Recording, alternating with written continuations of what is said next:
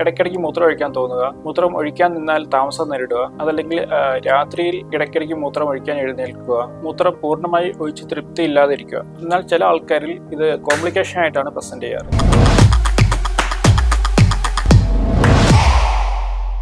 50-60 വയസ്സ് പിന്നിട്ട പുരുഷന്മാരിൽ ഹോർമോൺ ഉണ്ടാകുന്ന വ്യതിയാനങ്ങൾ മൂലം മൂത്രസഞ്ചിയുടെ അടിയിലായി കാണുന്ന പ്രോസ്റ്റേറ്റ് ഗ്രന്ഥിയുടെ വളർച്ചയാണ് BPH അല്ലെങ്കിൽ പ്രോസ്റ്റേറ്റ് ഗ്രന്ഥിവ്യൂഹം എന്ന് പറയുന്നത്. വലുതായ പ്രോസ്റ്റേറ്റ് മൂത്രസഞ്ചിയിൽ നിന്നും മൂത്രത്തിന്റെ ഒഴുക്ക് തടസ്സപ്പെടുത്തുകയും മൂത്രസഞ്ചിയുടെയും വൃക്കയുടെയും പ്രശ്നങ്ങൾക്ക് കാരണമായേക്കാം.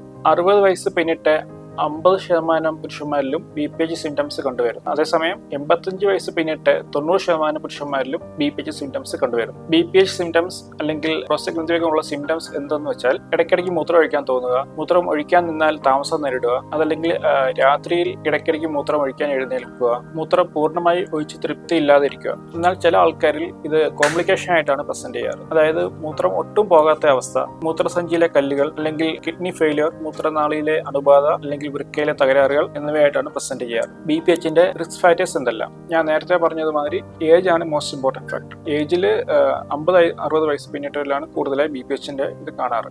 അതുകൂടാതെ പാരമ്പര്യം, ഡയബറ്റീസ്, ഒബീസിറ്റി എന്നിവരിലും കൂടുതലായി BPH കാണപ്പെടുന്നു. ആരോഗ്യകരമായ ജീവിതശൈലി പ്രോസ്റ്റേറ്റിന്റെ വളർച്ച മന്ദഗതിയിലാക്കുന്നു. ദിവസവും 30 മിനിറ്റെങ്കിലും വ്യായാമം ചെയ്യുക, നമ്മുടെ ബ്ലഡ് ഷുഗർ കൺട്രോൾ ചെയ്യുക, BP കൺട്രോൾ ചെയ്യുക, നമ്മുടെ കൊളസ്ട്രോൾ കൺട്രോൾ ചെയ്യുക. ഇങ്ങനെയാണെങ്കിൽ നമുക്ക് പ്രോസ്റ്റേറ്റിന്റെ വളർച്ച മന്ദഗതിയിലാക്കാൻ സഹായിക്കും. BPHന്റെ ട്രീറ്റ്മെന്റ് ഓപ്ഷൻസ് എന്തെല്ലാം? ഒരു രോഗിയുടെ BPH ലക്ഷണങ്ങൾ വെച്ചാണ് നമ്മൾ ട്രീറ്റ്മെന്റ് ഡിസൈഡ് ചെയ്യാറ്.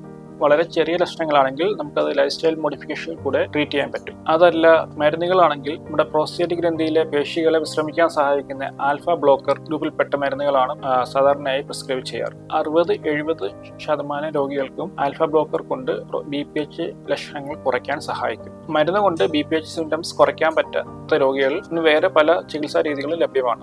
അതിപ്പോൾ കോമൺ ആയിട്ട് ചെയ്യുന്നത് TURP എന്ന പ്രൊസീജിയറാണ്, transurethral resection of prostate, TURP. അതാണ് ഇപ്പോൾ കോമൺ ആയിട്ട് ചെയ്യാറുള്ളത്. അതുകൂടാതെ വലിയ പ്രോസ്റ്റേറ്റ് ഗ്രന്ഥികൾക്ക് നമുക്ക് ലേസർ സർജറി ചെയ്യാറുണ്ട്. അതായത് ഹോലം അല്ലെങ്കിൽ തൂലം എന്ന സർജറിയാണ് ചെയ്യാറ്. ലേസർ എന്യൂക്ലിയേഷൻ ആണ് ചെയ്യാറുള്ളത്. ഇപ്പോൾ അതിനൂതന ചികിത്സാ രീതികളായ യൂറോ ലിഫ്റ്റ് അല്ലെങ്കിൽ റിസം, ഇതാണെങ്കിൽ നമുക്ക് പ്രോസ്റ്റേറ്റ് റിമൂവ് ചെയ്യാതെ തന്നെ നമുക്ക് പ്രോസ്റ്റേറ്റ് ഗ്രന്ഥിയുടെ സിംറ്റംസിനെ കുറയ്ക്കാൻ പറ്റും. നമ്മൾ ഈ യൂറോ ലിഫ്റ്റ് അല്ലെങ്കിൽ റിസം പ്രൊസീജിയർ ചെയ്യാറ് കൂടുതലും യങ് പേഷ്യൻസിലായിരിക്കും ചെയ്യാറ്. 50 വയസ്സ് പിന്നിട്ട് യങ് പേഷ്യൻസിലായിരിക്കും ചെയ്യാറ്. ഇതിന്റെ മെയിൻ ഗുണം എന്ന് വെച്ചാൽ നമ്മൾ പ്രോസ്റ്റേറ്റ് ഗ്രന്ഥി റിമൂവ് ചെയ്യാറില്ല. അപ്പോൾ എന്താണെന്ന് വെച്ചാൽ നമ്മൾ സെക്ഷുവൽ സൈഡ് എഫക്ട്സ് കുറയും. നമ്മൾ സ്കോപ്പ് വഴി പോയിട്ട് തടസ്സമുള്ള ഭാഗം ഇംപ്ലാന്റ് വെച്ച് തെള്ളി നീക്കുകയാണ് ചെയ്യുന്നത്. ഇതിന്റെ ഗുണം എന്താണെന്ന് വെച്ചാൽ 24 മണിക്കൂറിൽ ഡിസ്ചാർജ് ചെയ്യാൻ പറ്റും, 2-3 ദിവസത്തിനുള്ളിൽ ജോലിക്ക് പോകാൻ പറ്റും, സെക്ഷുവൽ സൈഡ് എഫക്ട്സ് ഇല്ല. പക്ഷെ എല്ലാ കേസിലും യൂറോലിഫ്റ്റ് സക്സസ് ആകണമെന്നില്ല.